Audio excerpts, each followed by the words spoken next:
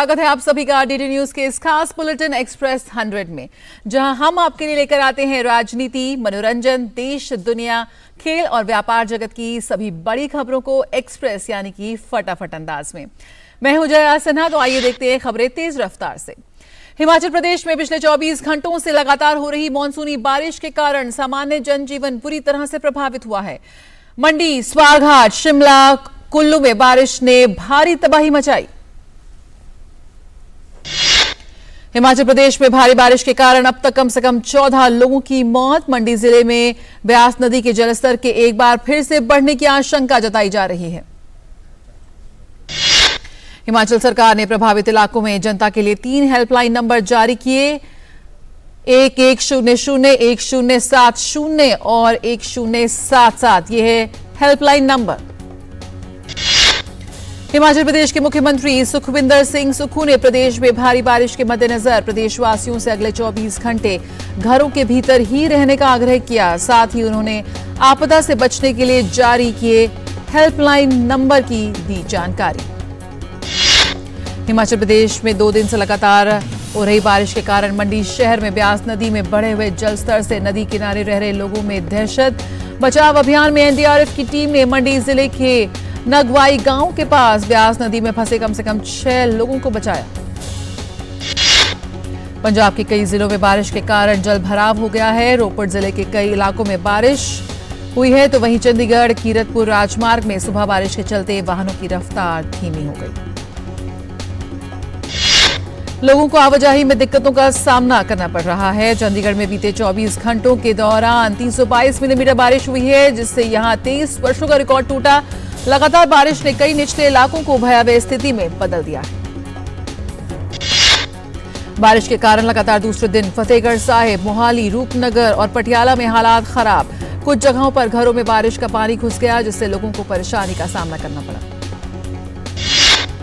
मौसम विभाग ने पंजाब के मोहाली, बस्सी, पठानस, खरर, फतेहगढ़ साहिब, डेरा बस्सी और राजपुरा क्षेत्रों के लिए भारी वर्षा का रेड अलर्ट किया जारी। इस बीच इन इलाकों में भारी वर्षा के साथ तेज आंधी की भी चेतावनी दी गई है। मध्य प्रदेश के जबलपुर के गोपालपुर गांव के पास नर्मदा नदी में फंसे 4 लोगों को अब एनडीआरएफ की टीम ने सुरक्षित बचाया। नर्मदा नदी के गोपालपुर घाट पर कल शाम अचानक जलस्तर बढ़ने से 4 युवक नदी के तेज बहाव में फंस गए थे। मध्य प्रदेश में मानसून के कारण बारिश जारी है। मानसून विभाग ने आने वाले दिनों में भारी बारिश तो कहीं अति भारी बारिश की संभावना जताई। मौसम विभाग ने अगले 4 से 5 दिनों तक पूरे प्रदेश में मध्यम बारिश की संभावना जताई। पिछले 2 दिनों से हो रही वर्षा के बाद दिल्ली के कई इलाकों में सड़कें धंसने लगी हैं। रोहिणी सेक्टर 23 व 24 के मुख्य चौक पर भी इसी तरह से सड़क धंस गई। कल हुई मूसलाधार बारिश के बाद शाम के समय ये घटना हुई है, जिससे अचानक यातायात रुक गया। राष्ट्रीय राजधानी दिल्ली में भारी बारिश के कारण हुए जल भराव की वजह से प्रगति मैदान टनल को बंद किया गया। प्रगति मैदान टनल को यातायात के लिए बंद कर दिया गया है। मौसम विभाग ने दिल्ली में इस पूरे हफ्ते बारिश की संभावना जताई है। शहर में बारिश का येलो अलर्ट जारी। भारी बारिश और हरियाणा से छोड़े गए पानी के चलते यमुना उफान पर दिल्ली सरकार ने पहला बाढ़ अलर्ट जारी किया। केंद्रीय जल आयोग के अनुसार दिल्ली में यमुना नदी का जलस्तर मंगलवार को खतरे के निशान 205.33 मीटर के पार जा सकता है।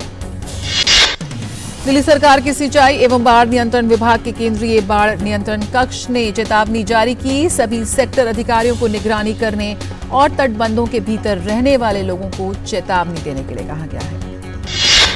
इस बीच मुख्यमंत्री अरविंद केजरीवाल ने आज दोपहर को सचिवालय में बुलाई है बैठक। मंत्री सौरभ भारद्वाज और आतिशी भी इसमें शामिल। यमुना के बढ़ते जलस्तर पर भी चर्चा। राष्ट्रीय राजधानी नई दिल्ली में 2 दिन तक लगातार हुई बारिश के बाद आज हालात कुछ बेहतर। मौसम विभाग द्वारा जारी तेज बारिश होने की चेतावनी के मद्देनजर दिल्ली, नोएडा समेत एनसीआर के कई इलाकों में आज एहतियातन सभी स्कूल बंद हैं। दिल्ली से सटे गाजियाबाद के ट्रोनिका सिटी में भी भारी बारिश से कई कॉलोनियों में जल भराव। यहां के कई इलाकों में 10 से 12 फीट तक पानी भरा। एनडीआरएफ की टीम ने ट्रोनिका सिटी में फंसे 12 लोगों को सुरक्षित निकाला। मिलेनियम सिटी गुरुग्राम में भारी बारिश के कारण जल जमाव की स्थिति देखने को मिल रही है। ओल्ड गुरुग्राम से लेकर डीएलएफ वाले इलाके तक चारों तरफ भर गया है पानी। उत्तराखंड के उत्तरकाशी में भारी बारिश के कारण एक वाहन फंस गया था, जिसे ट्रैक्टर की मदद से निकाला गया।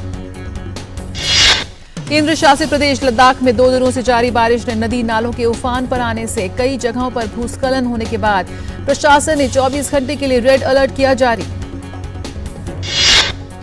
लेह में एक पुरानी इमारत के गिरने की घटना सामने आई है। क्षेत्र में भूस्खलन से एक व्यक्ति की मौत। श्रीनगर लेह हाईवे पर द्रास के निकट पंडरास गांव में हुए भूस्खलन के चपेट में एक ट्रक व कार के आने से एक व्यक्ति की मृत्यु हो गई।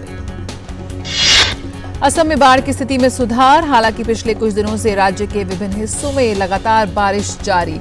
लगातार बारिश के चलते ब्रह्मपुत्र नदी का जलस्तर बढ़ा। असम में बाढ़ से 34,000 से अधिक लोग प्रभावित। नवीनतम आंकड़ों के अनुसार 5 जिले और 111 गांव बाढ़ से हैं प्रभावित, जिनमें लखीमपुर, धेमाजी और विश्वनाथ सबसे ज्यादा प्रभावित। असम में एनडीआरएफ, एसडीआरएफ के साथ साथ स्थानीय प्रशासन की टीमें भी लगातार कर रही हैं बाढ़ की स्थिति पर निगरानी। राज्य के कई हिस्सों में आज भारी बारिश की संभावना। रक्षा मंत्री राजनाथ सिंह मलेशिया की 2 दिवसीय आधिकारिक यात्रा पर। इस यात्रा का उद्देश्य द्विपक्षीय रक्षा सहयोग को मजबूत बनाना और राजनीतिक साझेदारी को और बढ़ाना है।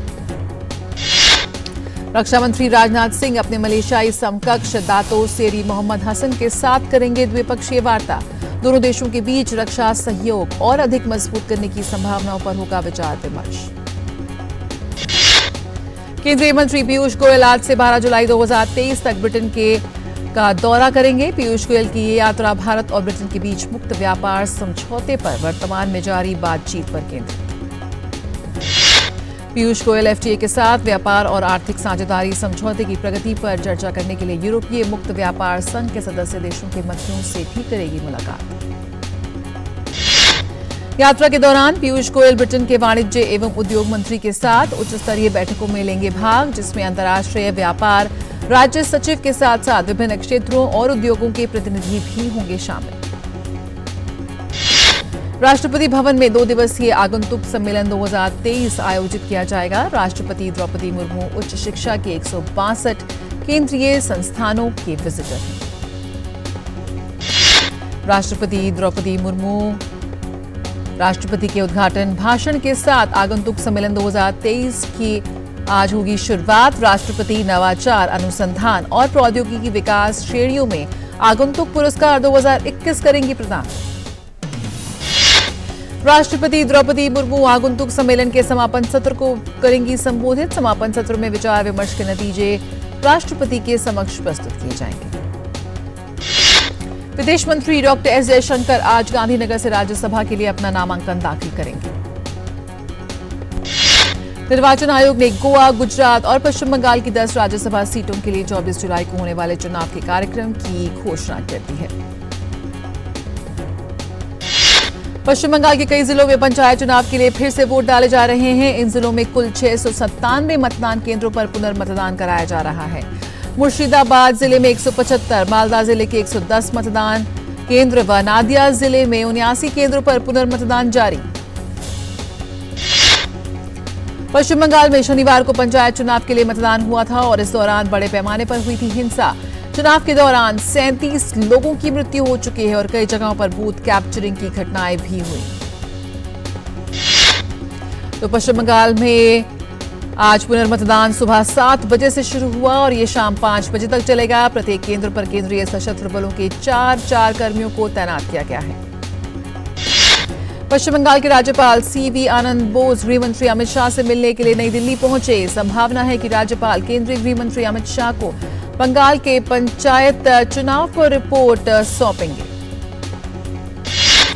राज्यपाल सीवी आनंद बोस ने शनिवार को मतदान के दौरान कई स्थानों, मुख्य रूप से उत्तरी 24 परगना जिले का दौरा कर स्थिति का लिया था जायजा। उन्होंने घायल व्यक्ति के परिवार के सदस्यों से मुलाकात भी की थी। कर्नाटक के हम्पी में जारी G20 संस्कृति कार्य समूह की बैठक का आज दूसरा दिन। केंद्रीय मंत्री प्रहलाद जोशी ने बैठक का औपचारिक उद्घाटन किया। 3 दिवसीय बैठक में G20 के सदस्य देशों, अतिथि देशों और अंतर्राष्ट्रीय संगठनों के प्रतिनिधि ले रहे हैं भाग। भारत ने संस्कृति कार्य समूह के लिए 4 प्राथमिकताएं तय की। दिल्ली में आबकारी नीति घोटाले में पूर्व उप मुख्यमंत्री मनीष सिसोदिया की जमानत याचिका पर सुप्रीम कोर्ट 14 जुलाई को करेगा सुनवाई। सिसोदिया ने ईडी और सीबीआई की ओर से दर्ज केस में जमानत के लिए सुप्रीम कोर्ट का किया है रुख। दिल्ली सरकार के पूर्व मंत्री सत्येंद्र जैन की अंतरिम जमानत 2 हफ्ते बढ़ी। आज सत्येंद्र जैन की ओर से कोर्ट में मेडिकल रिपोर्ट पेश कर और मल्टीपल सर्जरी का हवाला देकर अंतरिम जमानत की अवधि बढ़ाने की मांग की थी। सुप्रीम कोर्ट इस मामले में अगली सुनवाई 24 जुलाई को करेगा। मणिपुर में हिंसा की घटनाओं के बीच इंटरनेट सर्विस को आंशिक रूप से बहाल करने के खिलाफ सरकार ने सुप्रीम कोर्ट का किया रुख। सॉलिसिटर जनरल तुषार मेहता ने प्रधान न्यायाधीश से जल्द सुनवाई की मांग की। प्रधान न्यायाधीश ने कहा मामले में आज ही सुनवाई होगी। बारिश और बर्फबारी के कारण अस्थायी तौर पर स्थगित श्री अमरनाथ यात्रा फिर से हुई शुरू। दर्शन के लिए हेलीकॉप्टर सेवाओं को भी किया गया शुरू। आज वहां मौसम साफ है। आज सुबह 6 बजे तक लगभग 11,000 यात्रियों को बालटाल की तरफ से पवित्र श्री अमरनाथ गुफा की ओर जाने की अनुमति दी गई।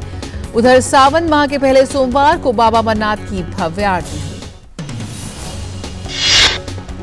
1 जुलाई को यात्रा शुरू होने के बाद अब तक 93,929 से अधिक तीर्थ यात्री दक्षिण कश्मीर हिमालय में स्थित गुफा में पवित्र हिम शिवलिंग के दर्शन कर चुके हैं।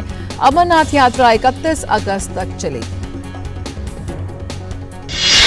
आज सावन का पहला सोमवार। देश भर के शिवालयों में भक्तगण पूरी श्रद्धा के साथ भगवान शंकर की कर रहे हैं आराधना।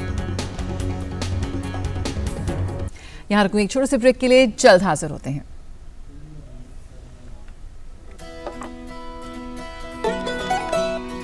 रूठी है तो मना ले बंधु, अरे अब के घर बसा ले बंधु। घर है यार घर बार नहीं, दीवार तो है हम वार नहीं। तो पुट्टी भर ले, तो पुट्टी भर ले, तो पुट्टी भर ले। कहानी जो भी हो, वंडर वॉल पुट्टी दे एक परफेक्ट फिनिश। संस्कृत में टेलीविजन की एकमात्र साप्ताहिक समाचार पत्रिका वार्तावली। न त्वम हम कामये राज्यम न मोक्षम न पुनर्भवम कामये दुख तप्तानाम प्राणिनामार्ति नाशनम। प्राचीन ज्ञान विज्ञान संस्कृति और विरासत के साथ आधुनिकता का अनूठा संगम। गणपतये नमः। करंट अफेयर्स, खेलकूद, विशिष्ट व्यक्तियों से मुलाकात,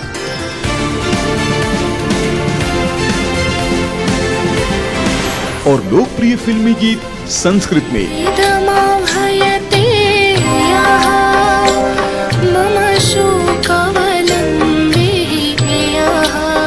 देखिए वार्तावली शनिवार शाम 6:30 बजे, पुनः प्रसारण रविवार सुबह 7:30 बजे, सिर्फ डीडी न्यूज पर।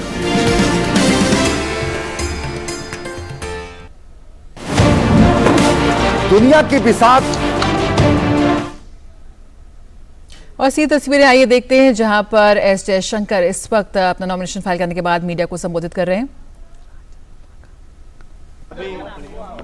मैंने अभी फॉर्म भरा है कि गुजरात की ओर से राज्यसभा में प्रतिनिधित्व के कारण मैं फिर से भाजपा का उम्मीदवार बना हूं। और मैं सबसे पहले तो अपना आभार प्रकट करना चाहूँगा प्रधानमंत्री जी को और भाजपा के नेतृत्व को और गुजरात की जनता को और गुजरात की विधायकों की उनकी आशीर्वाद से मुझे एक बार और राज्यसभा में गुजरात के प्रतिनिधि बनने का एक अवसर और मिलेगा। 4 साल पहले मैं गुजरात की ओर से मैं राज्यसभा में उनके संसद का सदस्य बनके मुझे ये गौरव प्राप्त हुआ। और आपने देखा होगा कि पिछले 4 साल जो परिवर्तन जो देश में मोदी जी के नेतृत्व में हुआ है और खासकर जो विदेश नीति में जो हुआ है उसमें मुझे जुड़ने का अवसर मिला। मुझे आशा है, अपेक्षा है कि आगे भी जो देश में जो प्रगति जो होगी, जो मोदी जी के नेतृत्व में जो प्रगति होगी, उसमें कुछ मेरी ओर से कुछ योगदान भी हो, वो भी मैं चाहूँगा। और गुजरात के साथ जुड़ने का तो मेरा सौभाग्य है। मैं यह भी कहूँगा कि मैंने पिछले 4 साल में बहुत कुछ सीखा है गुजरात से, और गुजरात को एक किस्म से हम मॉडल स्टेट मानते हैं। बाकी जो योजनाएं जो हुई हैं, जो प्रगति जो हुई है, जो प्रोजेक्ट्स जो हुए हैं, ये खाली भारत में नहीं, अंतर्राष्ट्रीय स्तर में भी इसकी आजकल पहचान है। तो एक बार और मैं आभार प्रकट करना चाहूँगा कि मुझे एक अवसर और मिला है, और मैं जो विधायकों की जो समर्थन जो है और जो उनका जो उत्साह जो है, इसके लिए मैं सचमुच मेरी ओर से मैं अपनी कृतज्ञता में प्रकट करता हूं। विदेश नीति के संदर्भ में पड़ोसी मुल्क के साथ की नीति को किस तरीके से आप पड़ोसी मुल्कों के साथ ज़्यादातर पिछले 9 साल में, क्योंकि आप जानते हैं कि कुछ ही पिछले हफ्तों में जो 9 साल की जो उपलब्धियां जो हैं, इसके बारे में हम पूरे देश को परिचय कर चुके हैं। अब पड़ोस में ओवरऑल मैं कहूँगा कि बहुत ही प्रगति हुई है। अगर आप नेपाल की ओर देखें, या भूटान, या बांग्लादेश, या श्रीलंका, हर जगह हमारा व्यापार बढ़ा है, कनेक्टिविटी बढ़ी है, हमारे रिश्ते अच्छे हुए हैं। सुरक्षा के परिप्रेक्ष्य से भी अगर आप देखें तो देश की सुरक्षा जो है वो बढ़ी है। पर यह भी है कि एक पड़ोसी देश है जहां आतंकवाद का पहले से चुनौती था, उस चुनौती को हम बड़ी दृढ़ता से उसका मुकाबला कर रहे हैं। और मुझे विश्वास है कि मोदी सरकार जो है देश को हर समय सुरक्षित रख पाएगी। और जो ओवरऑल मैं कहूँगा कि पड़ोस में काफ़ी सुधार है। धन्यवाद।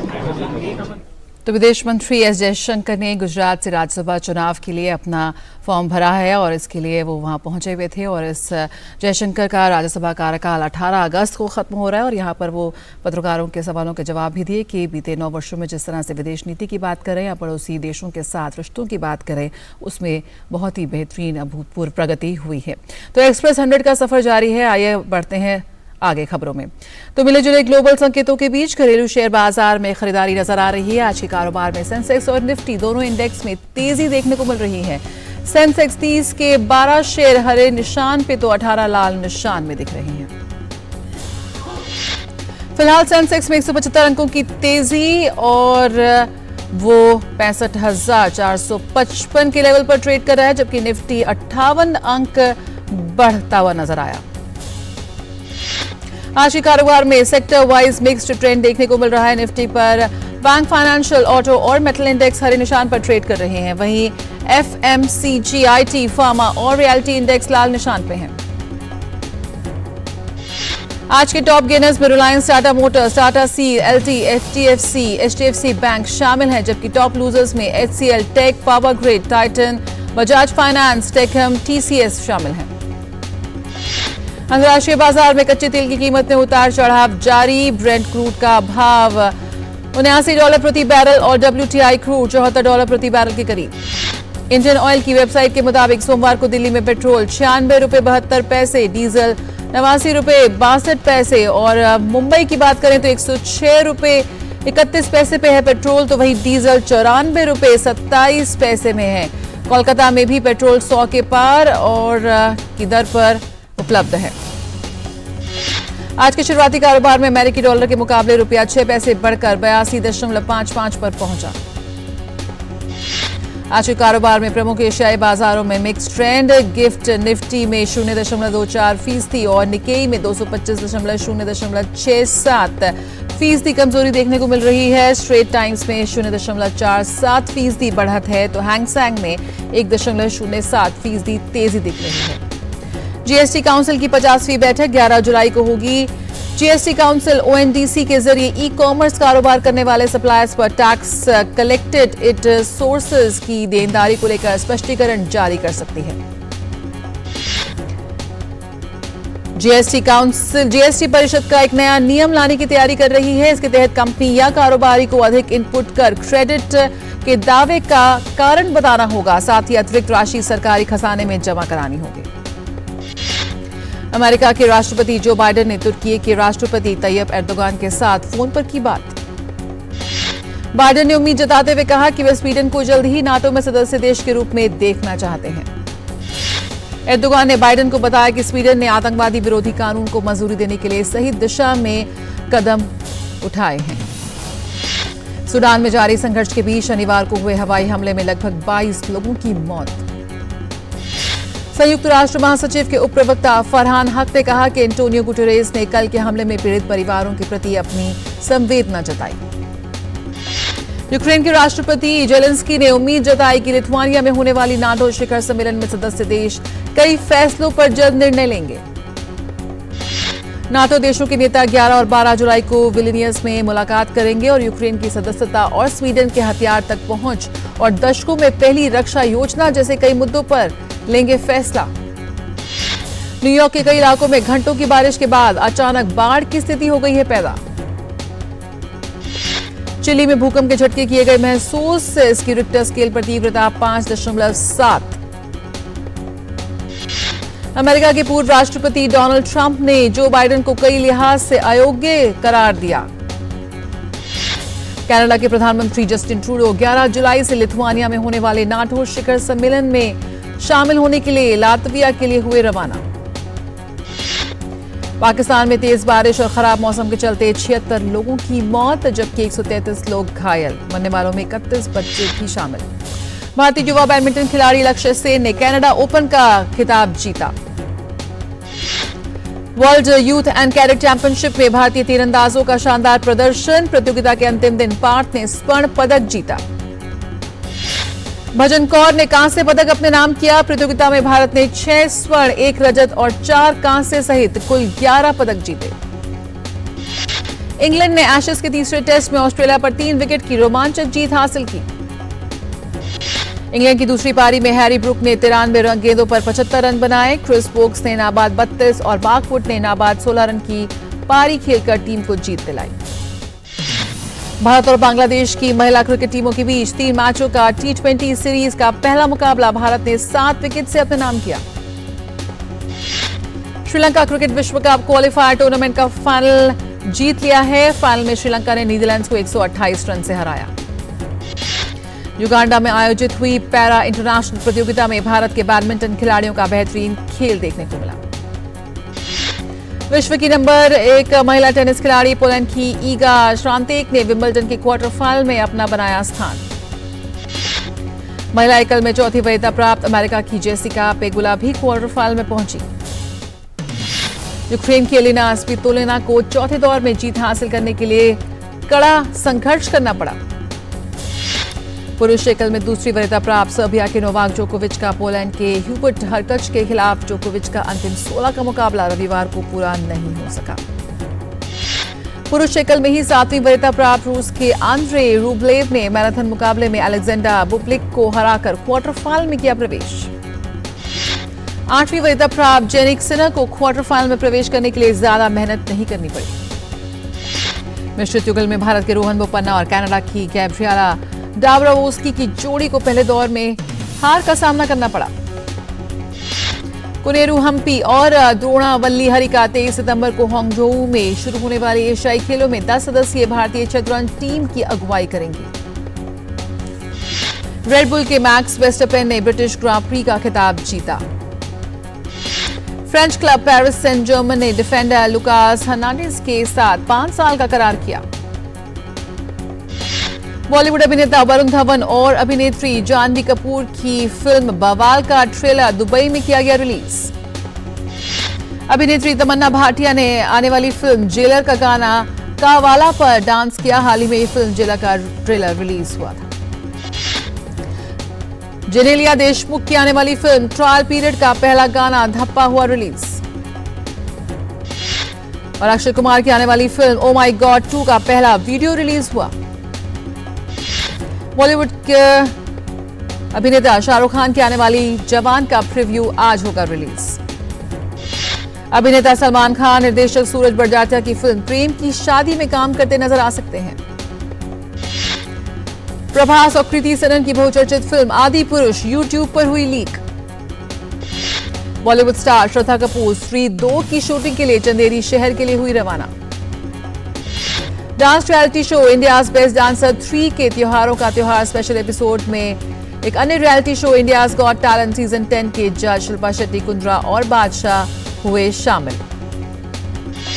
बिग बॉस OTT 2 को 2 सप्ताह आगे बढ़ा दिया गया। शुरुआत में शो को 6 सप्ताह तक चलाने की योजना थी।